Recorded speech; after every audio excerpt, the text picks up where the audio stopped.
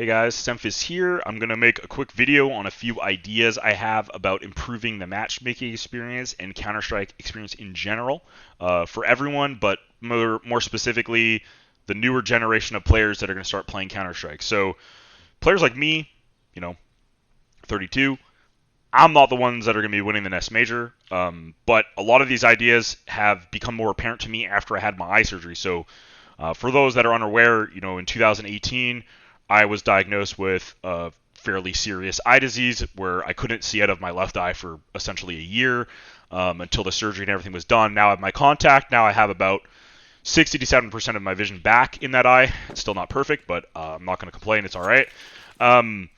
So when I came back, what was my main issue? I forgot almost all of my grenades. And this is a giant issue when it comes to Counter-Strike and newer players. Because if you go into, I played a season of Open with Soham and Maui and Cobra and a couple other people. We had a kind of like an alternating roster. And the main thing I notice about playing Open is the nade usage is terrible. Like the aim of some of the players are honestly not that bad. I don't think mechanical ability is the biggest issue. There's so many aim training tutorials.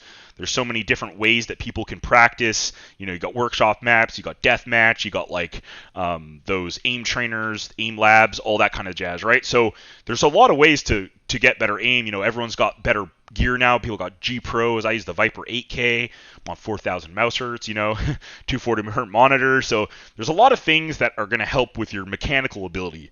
But the problem with nades is they're very tedious to learn. If you don't know or you can't retain the information, you just forget. And winging smokes in Counter-Strike is never good.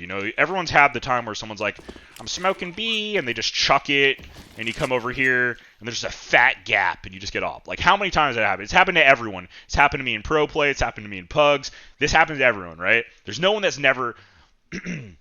there's no one that hasn't had this happen to them. So my solution / ideas is one of two ideas. I'll go over the first one, which I think people may disagree with me on, but it's just an idea, so hear me out.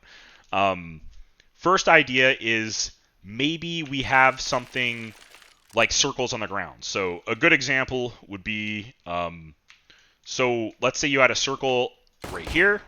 So this is my lineup for coffins, so it's actually this one. So you'd come here, there'd be a circle on the ground, and then this is my lineup right here. I put my pin right here, and then maybe there's a circle in the sky or whatever. Then you throw. So maybe we have something like that. You got a nice coffin smoke, no gaps, right? Same thing for spawn. Maybe you have a little circle here, jump throw, right? Now, off this point, why do we not have a jump bond built into the game? We got jump, duck, walk. If Valve is not going to ban it, then just add it to the menu. Why do newer players have to go and add something to their auto exec or to their launch options or whatever way they're doing it to jump through? I think it's kind of stupid. I just think you should add these things into the game, Make it easier for everyone. Don't make it so that you have to know someone that has a jump throw bind and that teaches you to just build it into the game. Now, so... you could have this for smokes, flashes, nades, and mollies, and you could have different levels of it. So what I was thinking, and like I said, this is just my idea, is you could essentially have a couple different lineups, right? You could have it so, this is you throw this, and as soon as you throw the smoke, it turns into a red circle. So then the red circle appears right here for molly, jump throw, and then a circle right above here, and then it goes like that. Oh, sorry, I missed my molly. So you would just do it like, so yeah, you throw the new box molly, get them out of there, and it would just have a couple different, lineups that you could have. Now, as you rank up, you could take the circles away. So once you hit double AK or eagle, I don't care what it is, maybe they disappear on you. Now, alternatively, you could make a smoke map, an achievement-based map. So, what do I mean by that? It would just be like, kind of like, if you get 1,000 Krieg kills, you get like Krieg Master unlocked. Maybe you do something like, okay, so it starts you with a bunch of circles. So maybe it's like there's a circle right here, and then it tells you to put your crosshair in between these 2 points, and you throw it, and when you throw the smoke, it goes like, correct, ding or whatever, and then it has a couple smokes on the map, all the main ones, that you need to know. So you got like a wrap smoke, maybe they throw in this one. You aim at this pipe right here, and maybe you got a couple smokes like this, and then once they throw all those smokes, you can you get like achievement unlocked on the beginner smokes, and then maybe intermediate is like one of the smoke, where you stand disappears or where you aim disappears. So it tells you where to stand, but there's nowhere to aim, so you got to guess. And it's like intermediate, and then it takes away the circle, so there's no circle on either point, and now you just have to throw it on the fly, or you got to remember it exactly. Now you get them all there, and then you got like Smoke Master unlocked, and maybe when you unlock all the maps and you hit all the smokes, then you get a case or a skin or some incentive. I don't know, but something to help people learn maps. This may not be the best idea, but maybe someone smarter than me could expand on it or fix it, tidy it up, right? I'm not saying it's perfect, just an idea I have, because again, I really think utility is one of the main problems. Now, I never really thought about utility like this until I played Valorant. So last year in January, I got Radiant in Valorant. I mostly played Raze. I was not very good. I pretty much shot everyone in the head to my rank. I didn't know every lineup or anything either. But what I did notice in that game was the main thing I noticed from playing Valorant is if you're playing with a smoke agent like Omen, Rain, and you have a flasher like Reyna or something, it was a lot easier to call a strat on the fly. You could be, for anyone that's played Valorant, you could be like, hey, let's go, B on bind, and you could smoke the side hull and smoke spawn. So the equivalent would be, you come over here, you throw this smoke, you throw this smoke, then you throw the molly, you throw the flash, and then maybe someone throws like a flash in, and off this you guys run in, you got the pop flash, you got a couple nades, you got a molly back there, you go in. That's like a pretty basic B take. I mean, if you're not running through a smoke and you throw this smoke, and this molly, and one or two flashes in MM at a silver rank, you're gonna do pretty good. You're gonna do pretty good for yourself, I think. Obviously, at a higher level, you're gonna get counter molly and stuff. But remember, this is for basics. This is for like the beginner players that are buying P90s and they don't even buy a flashbang probably. So it's trying to teach them to instill better habits over time and reward them for it.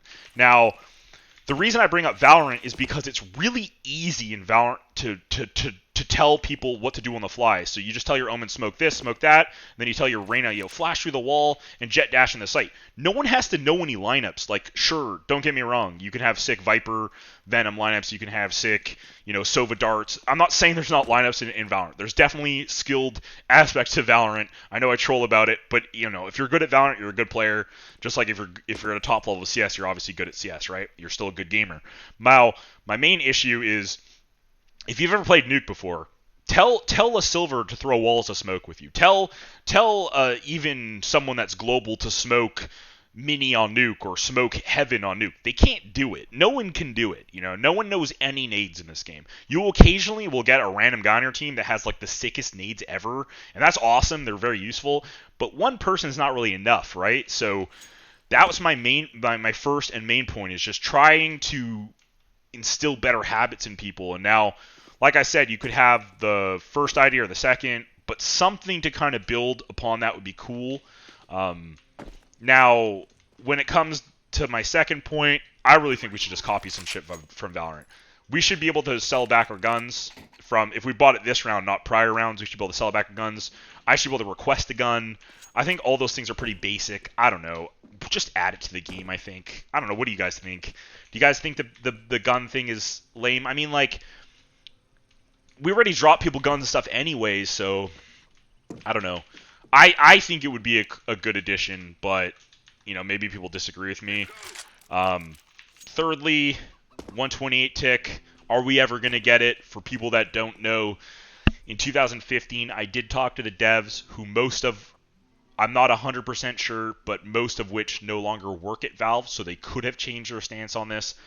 But they told me at the time that 128 tick was not going to happen because they have data on all your PCs, and the majority of people that play matchmaking cannot utilize 128 tick. Their computers barely get over 100 frames.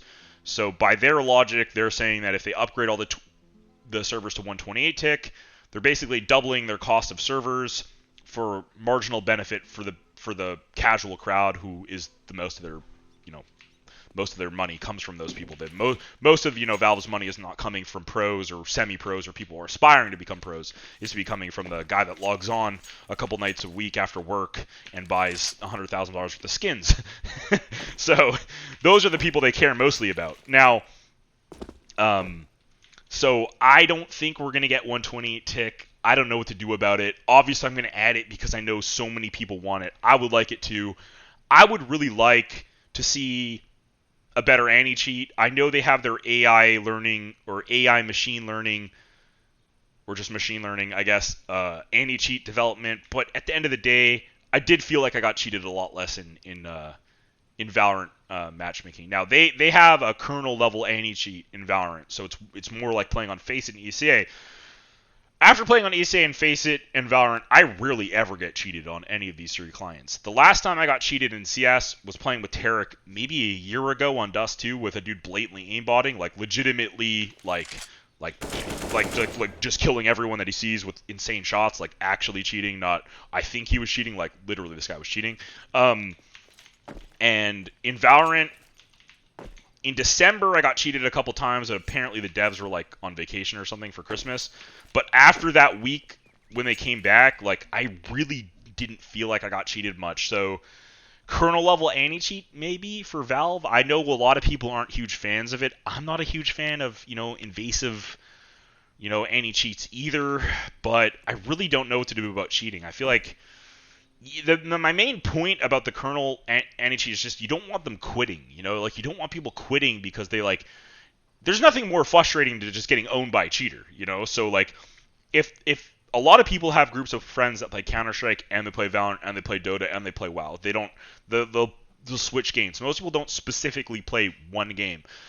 So when you have these issues, what happens is people just end up quitting Counter-Strike. They just I don't want to play Counter-Strike. I don't want to get cheated. Let's just play Valorant. So they'll actually play Valorant. They might even like Counter-Strike slightly more or evenly, but you're losing them because your anti-cheat is so bad. So whether they can do a better job of coding their anti-cheat without a kernel level, I don't know, but I definitely think that is a huge issue. I don't have a solution for it, unfortunately, but I do think that would help a lot. Now, my next point would be, like, how should I say this? Let me look at my phone really quick. Sorry. All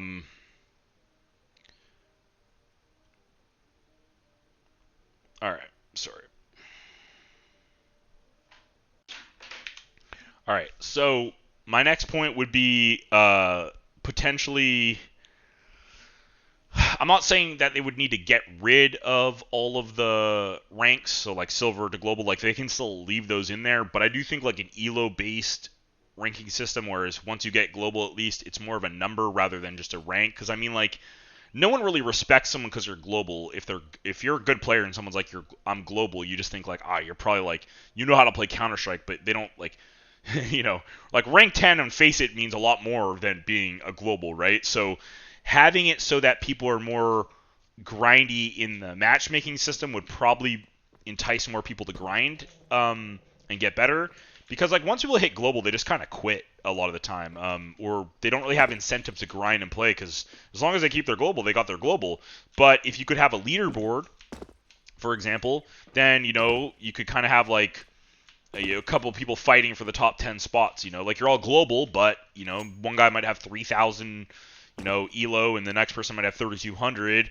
So the 3,200 guy is quite a bit better than the 3,000 guy in terms of the board. And people love that shit. People love the numbers. I like them too. When I played Dota, I loved grinding and like trying to get my numbers up. I don't know. It's kind of like if you go to the gym and you want to hit a PR, it's kind of the same thing. It's like, does it really matter if you can bench 315 instead of 310? Not really.